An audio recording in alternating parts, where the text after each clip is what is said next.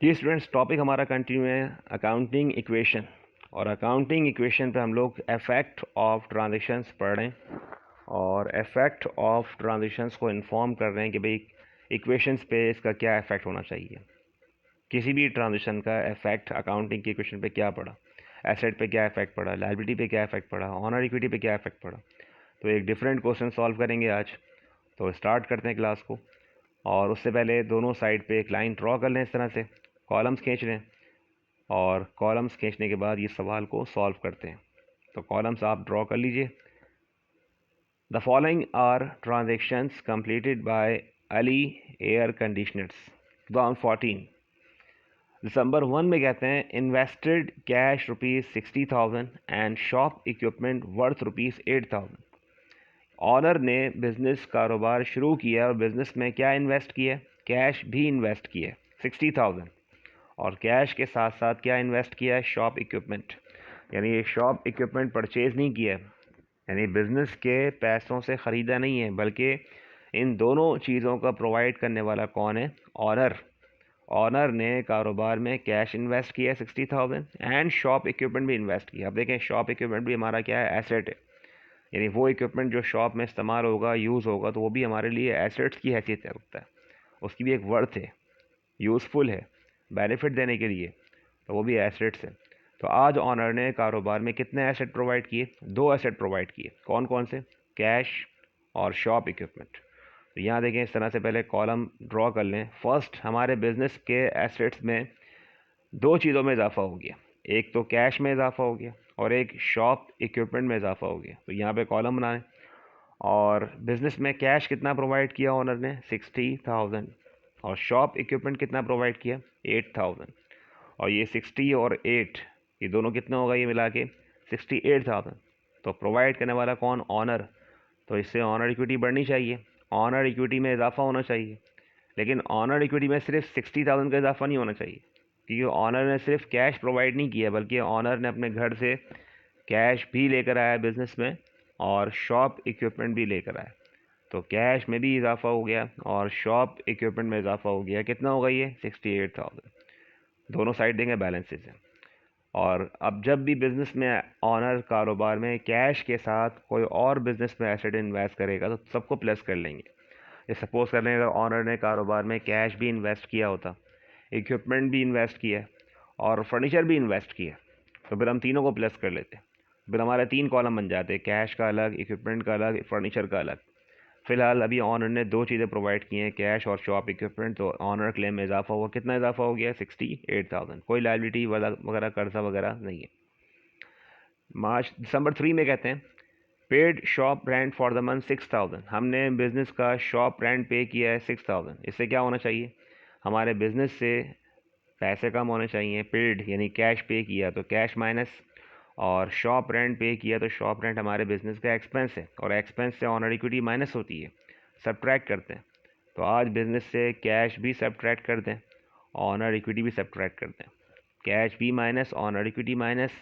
चले बैलेंस करते हैं, लाइन ड्रॉ कर लें यहाँ पे इस तरह से पहले, और ज़रा इसको बैलेंस कर लें। कैश था 60,000, 6,000 माइनस कर दें, कितने बचे, 54,000। शॉप इक्विपमेंट का बैलेंस था 8,000, कॉपी कर दें एज इट इज़, कि नो इफेक्ट शो किया है। ये नो इफेक्ट का मतलब ही ये होता है कि इक्विपमेंट की रकम जैसे थी वैसे ही कॉपी कर दें। लायबिलिटी ज़ीरो है, ऑनर इक्विटी थी 68,000, 6,000 माइनस करें, कितने रह गया, 62,000। Received repair income in cash 30,000 for the services rendered during the first fortnight। हमने स्टार्टिंग के 2 वीक्स में, महीने के स्टार्टिंग के 2 वीक्स में रिपेयर इनकम की सर्विस प्रोवाइड की है। ऊपर देखिए नाम मेंशन है कि ऑनर का नाम है मिस्टर अली और बिज़नेस करते हैं किस चीज़ का, एयर कंडीशनर सर्विसेज का। रिपेयर करते हैं, इनकी शॉप पे मुख्तलिफ डिफरेंट कंडीशनर्स आते हैं रिपेयर होने के लिए, ख़राब चीज़ों को सही करते हैं। तो received repair income in cash 30,000 का हमने सर्विसेज प्रोवाइड करी, रिपेयर इनकम रिसीव की 30,000। तो इससे क्या होना चाहिए, आज हमारे बिज़नेस में कैश में इजाफा हो गया, कैश प्लस किया, रिसीव किया, कारोबार में पैसे आए तो कारोबार की तिजोरी में पैसे बढ़ गए, कैश में इजाफा हो गया। 54,000 कैश पहले था, 30,000 प्लस करें, कितना होगा यहाँ पे इसको, और और 30,000 से ऑनर इक्विटी बढ़नी चाहिए। ये 30,000 आपने रेवेन्यू अर्न किया है, रेवेन्यू कमाए, तो रेवेन्यू से ऑनर इक्विटी बढ़नी चाहिए। लाइन ड्रॉ कर लेते हैं, बैलेंस कर लेते हैं, कैश में प्लस करें। 54 पहले थे, 30 पैसे आए, कितना होगा 84,000। ऑनर इक्विटी में ऐड कर लें, 62,000 बैलेंस था, 30,000 प्लस करें, कितना होगा 92,000। और लायबिलिटी ज़ीरो, दोनों साइड के बैलेंस बराबर हैं। नेक्स्ट एक डिफरेंट ट्रांजेक्शन है, दिसंबर 25 rendered services for ₹10,000 on credit. अब ज़रा इन दोनों कंपेयर कीजिएगा। दिसंबर 15 में हमने रिपेयर इनकम सर्विस प्रोवाइड की थी और पैसे हमने क्लाइंट से हैंड टू हैंड रिसीव कर लिए थे। यानी जिस क्लाइंट ने अपने कंडीशनर्स को रिपेयर करवाया था हमसे, हमें हैंड टू हैंड पैसे दे के चला गया, तो हमने कैश रिसीव किया, इससे कैश में इजाफा हो गया, ऑनर इक्विटी में इजाफा हुआ, कैश प्लस किया, रेवेन्यू से ऑनर इक्विटी प्लस हो गई। लेकिन यहाँ देखें 25 rendered services have been performed, services perform कर चुके हैं हम। जब सर्विसेज परफॉर्म कर चुके हैं तो इट मीन्स के कारोबार में रेवेन्यू तो हमने अर्न कर ली है और उस रेवेन्यू से ऑनर इक्विटी बढ़नी चाहिए। इसमें तो कोई डाउट नहीं है कि रेंडर्ड सर्विसेज से हमारी ऑनर इक्विटी बढ़नी चाहिए। रेवेन्यू अर्न किया तो रेवेन्यू अर्न करने से ऑनर इक्विटी बढ़नी चाहिए।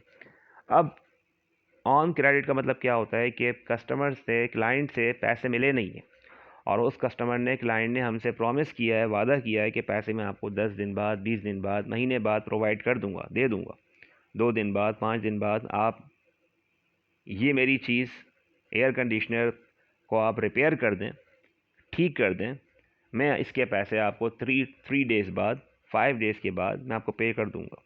तो अब यहाँ पे इम्पॉर्टेंट बात यह है कि हमने कस्टमर्स के लिए काम तो किया, बट कस्टमर के लिए काम करने के बाद पैसे मिले नहीं हैं। तो पैसे मिल जाएंगे, 2 दिन बाद मिल जाएंगे, 10 दिन बाद मिल जाएंगे, 20 दिन बाद मिल जाएंगे, लेकिन सर्विसेज तो आपने प्रोवाइड कर दी है, तो इट मीन्स कि ऑनर इक्विटी बढ़नी चाहिए। तो बिज़नेस में अगर देखें, आज एक न्यू एसेट में इजाफा होगा और वो एसेट किस नाम से आएगा, अकाउंट रिसीवेबल। तो अकाउंट रिसीवेबल्स क्या है, हमारे डेटर्स, हमारे कस्टमर्स, इनको हम डेटर्स भी कहते हैं। जैसे एक होता है क्रेडिटर, जिसने हमें कारोबार करने के लिए कर्जा दिया, किसी चीज़ को हम उधार पर ख़रीद के लेकर आए, तो वो क्रेडिटर है, वो लायबिलिटी है, हमें उसको पेमेंट करनी है, हमने पैसे देने हैं उसको। लेकिन इसी तरह से हमने 10,000 की सर्विसेज प्रोवाइड की थी और जब हमने पैसे मांगे तो उस कस्टमर ने कहा कि मैं आपसे प्रॉमिस करता हूँ कि पैसे मैं आपको 10 दिन बाद प्रोवाइड कर दूँगा। तो उस कस्टमर से हमारा क्या है, रिसीवेबल है, उसको हम नाम देंगे अकाउंट रिसीवेबल। ये भी हमारा एसेट है। जिस किसी कस्टमर से इन फ्यूचर पैसे लेने हैं तो इट मीन्स कि इस फ्यूचर में इस रिसीवेबल का एक बेनिफिट मिलेगा हमें। क्या बेनिफिट मिलेगा, 10,000 कस्टमर से पैसे मिलेंगे। आज नहीं आए, अगर आते तो हम यहाँ डायरेक्ट कैश में लिखते, भाई ये कॉलम बनता ही नहीं। हमने 10,000 की सर्विसेज प्रोवाइड की हैं, तो इससे ऑनर इक्विटी में इजाफा होना चाहिए, ऑनर इक्विटी बढ़नी चाहिए।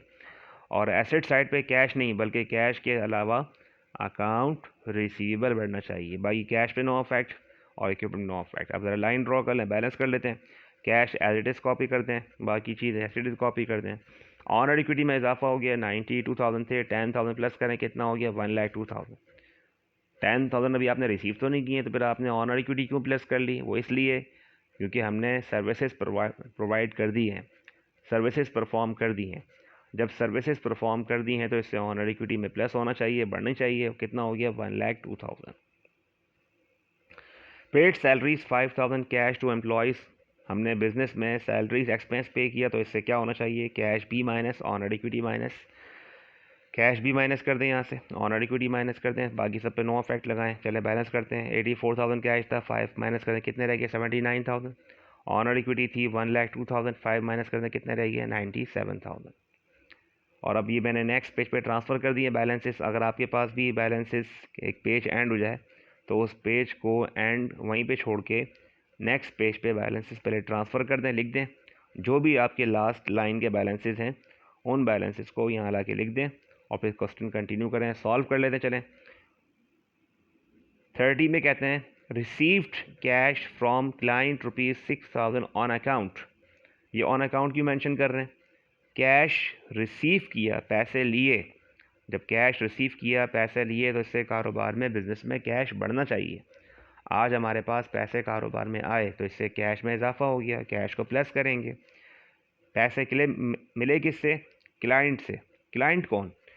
दिसंबर 25 को जिस क्लाइंट के लिए आपने ऑन क्रेडिट सर्विस परफॉर्म की थी, यानी 25 में पैसा आपने काम किया था, दिसंबर की 25 में आपने सर्विस दी थी, उस दिन 10,000 उस कस्टमर से लेने थे आपको। This one I am talking about December 25। 10,000 की आपने सर्विस प्रोवाइड की थी, उससे पैसे मिले नहीं थे, ऑन क्रेडिट वाले कस्टमर की बात हो रही है।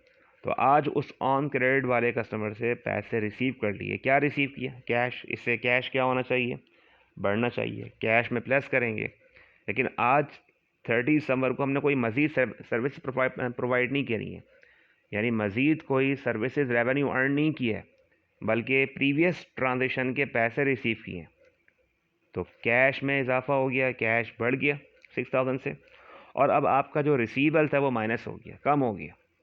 आपका रिसीवल था 10,000, लेकिन 6,000 ये क्लाइंट कस्टमर आज पैसे आकर देकर चला गया, तो भाई इसका रिसीवल कम होना चाहिए। अब इस कस्टमर से मैं आइंदा 10,000 नहीं लेने, बल्कि 4,000 लेने। तो हम क्या करेंगे? कैश में प्लस कर लेंगे और रिसीवल से माइनस कर देंगे। बाकी सब चीज़ों पे नो इफेक्ट। लायबिलिटी पे नो इफेक्ट, ऑनर पे नो इफेक्ट। ऑनर पे नो इफेक्ट क्यों? क्योंकि 30 दिसंबर में मज़ीद हमने कोई पैसे अर्न नहीं किए। ये 6,000 प्रीवियस ट्रांजेक्शन के पैसे थे जो आज मिल रहे हैं। तो आज कोई मज़ीद सर्विस प्रोवाइड नहीं की जा रही जिससे हम लोग रेवेन्यू अर्न करते हैं, ऑनर इक्विटी प्लस होती है। हाँ, अगर मज़ीद कोई सर्विस प्रोवाइड कर दें और रेवेन्यू अर्न कर लें तो होता है। और ये नंबर था ट्रांजेक्शन का 30 दिसंबर। बैलेंस कर लें, 79 कैश था, 6 प्लस करने कितना हो गया? 85। प्लस क्यों? क्योंकि रिसीव किया है कैश। और रिसीवल देखें 10,000 था, 6 माइनस कर दें कितना रह गया? 4,000। माइनस क्यों? क्योंकि रिसीवल कलेक्ट हो गया। जो आपका रिसीवल था, कस्टमर से पैसे लेने थे क्लाइंट से, कलेक्ट हो गए। जब कलेक्ट हो गए तो इससे रिसीवल कम हो गया और बाकी बैलेंस कॉपी कर दें। नेक्स्ट कहते हैं rendered services for cash 20,000 during the last fortnight. अब देखिए यहाँ लिखा हुआ है रेंडर्ड सर्विसेज कवर्ड, तो यहाँ क्वेश्चन में साफ वाजे इन्फॉर्म कर रहे हैं, बता रहे हैं कि रेंडर्ड सर्विसेज फॉर कैश 20,000 हमने कैश मज़ीद रिसीव किया कस्टमर से सर्विस परफॉर्म करके। तो सर्विस परफॉर्म करके मज़ीद पैसे रिसीव किए, इससे क्या होना चाहिए? कैश में भी इजाफा होना चाहिए, ऑनर इक्विटी में इजाफा होना चाहिए। कैश भी प्लस करेंगे, ऑनर इक्विटी प्लस करेंगे। अब प्लस कर लें, 85 प्लस 20 ऐड करें, कितना होगा यहाँ पे? ठीक है, ये होगा 1,05,000। बाकी ऑनर इक्विटी प्लस कर लें और आखिर में ये जो बैलेंस आ गए 1,05,000, 1,17,000 यहाँ पे, और बाकी बैलेंस वैसे ही कॉपी करते जाएँ। लास्ट में एट दी एंड इन सबको काउंट करके चेक भी कर लिया करें कि दोनों साइड के आंसर टैली कर रहे हैं, बराबर है। अगर टैली नहीं हो रहा है तो इट मीन्स कि आपने प्रीवियस किसी जगह पे मिस्टेक की है, अपने किसी चीज़ में प्लस माइनस में मिस्टेक की है, या ज़ीरो कम लगाने में गलती करी है, ज़्यादा लगा दी है आपने, उसमें गलती हो सकती है, कोई मिस्टेक हो सकती है उसका, जिसकी वजह से दोनों साइड के आंसर इक्वल नहीं आते। तो आखिर में एट दी एंड देखें 1,05,000 प्लस 8,000 प्लस 4,000 कितना होगा? 1,17,000। दोनों साइड्स के आंसर क्या हैं? इक्वल हैं, बराबर है।